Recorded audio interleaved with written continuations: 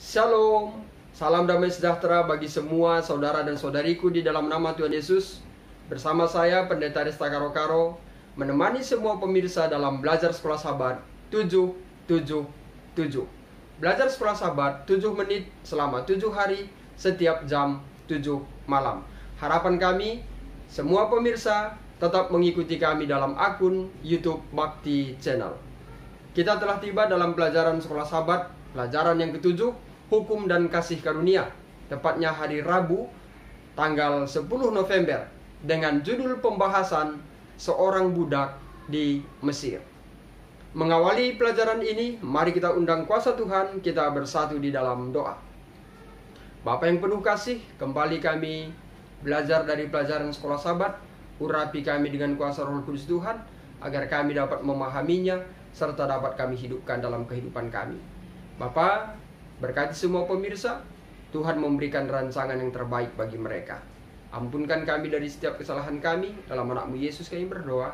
Amin. Kutipan sekolah sahabat kita pekan ini mengatakan demikian. Dalam kitab Ulangan, salah satu tema yang muncul berulang-ulang adalah tentang penebusan yang Tuhan buat bagi umatnya, bangsa Israel, dari tanah Mesir. Berulang-ulang, mereka diingatkan apa yang Allah telah lakukan bagi mereka.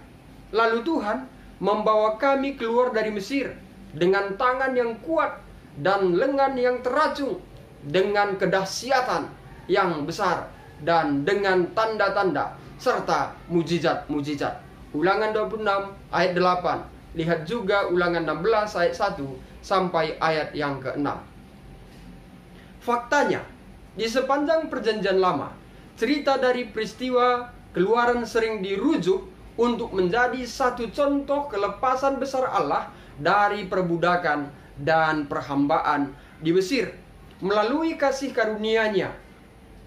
Saudara dan saudariku, kembali kutipan sekolah sahabat kita melanjutkan.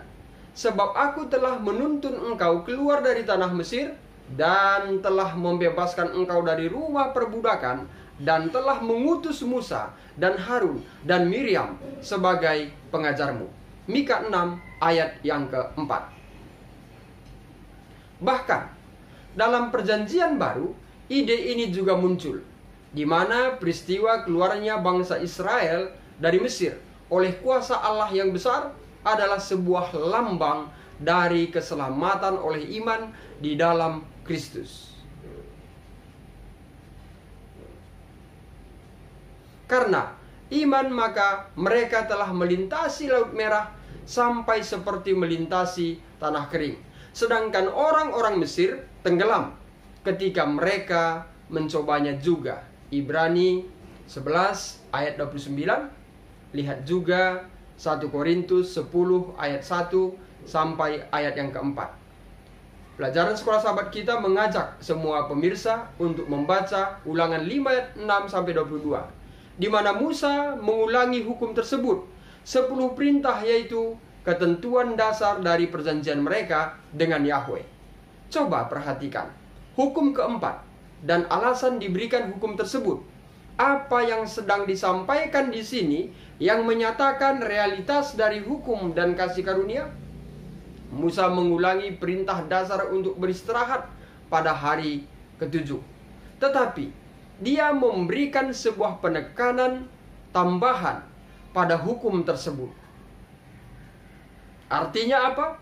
Artinya, meskipun telah ditulis di batu seperti yang tertulis di dalam kitab Keluaran, di sini Musa sedang memperluas apa yang telah diberikan kepada mereka sebelumnya. Yaitu apa? Memelihara Sabat.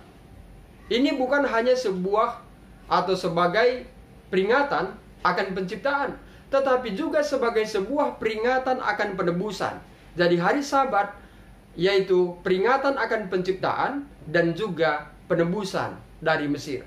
Kasih karunia Allah yang menyelamatkan mereka dari Mesir dan menawarkan kepada mereka peristirahatan dari pekerjaan-pekerjaan mereka. Ibrani 4 ayat 1 sampai 5.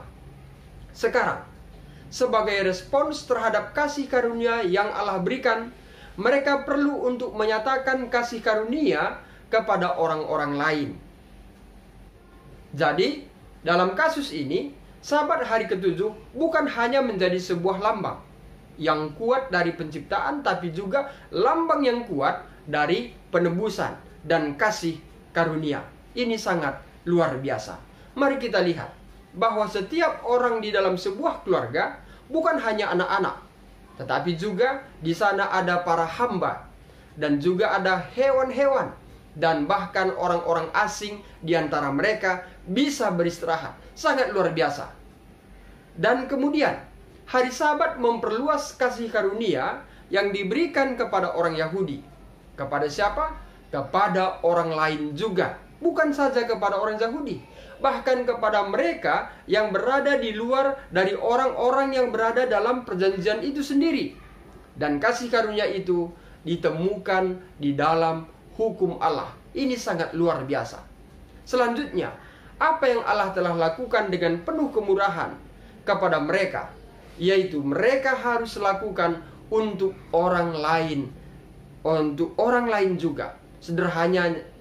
Sederhananya seperti itu. Jadi, biarlah kita membaca Matius 18 ayat 21 sampai 35. Dalam cara apa prinsip dari perumpamaan ini dinyatakan dalam perintah hari Sabat, secara khusus seperti yang ditekankan dalam kitab Ulangan. Semoga melalui pertanyaan ini akan dapat menambah semangat kita untuk menyelidiki, serta di diskusi sekolah Sabat pada tanggal 13 kita dapat berdiskusi dengan baik. Demikianlah pelajaran sekolah Sabat kita di pelajaran hari Rabu. Semoga melalui pelajaran ini akan menambah semangat kita, menambah iman kita untuk lebih dekat bersama dengan Tuhan. Mari kita tutup dengan doa.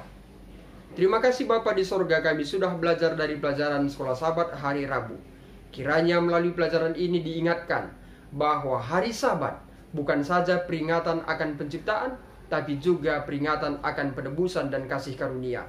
Kiranya ini Tuhan menjadi suatu renungan bagi kami, agar kami dapat paham dan mengerti, serta dapat kami hidupkan bukan saja untuk kami, tapi juga dapat kami sampaikan kepada banyak orang.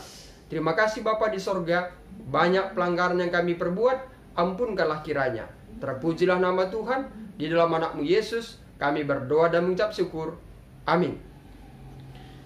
Saudara dan saudariku di dalam nama Tuhan Yesus, demikianlah pelajaran sekolah Sabat kita di pelajaran yang ke-7, tepatnya pada hari Rabu.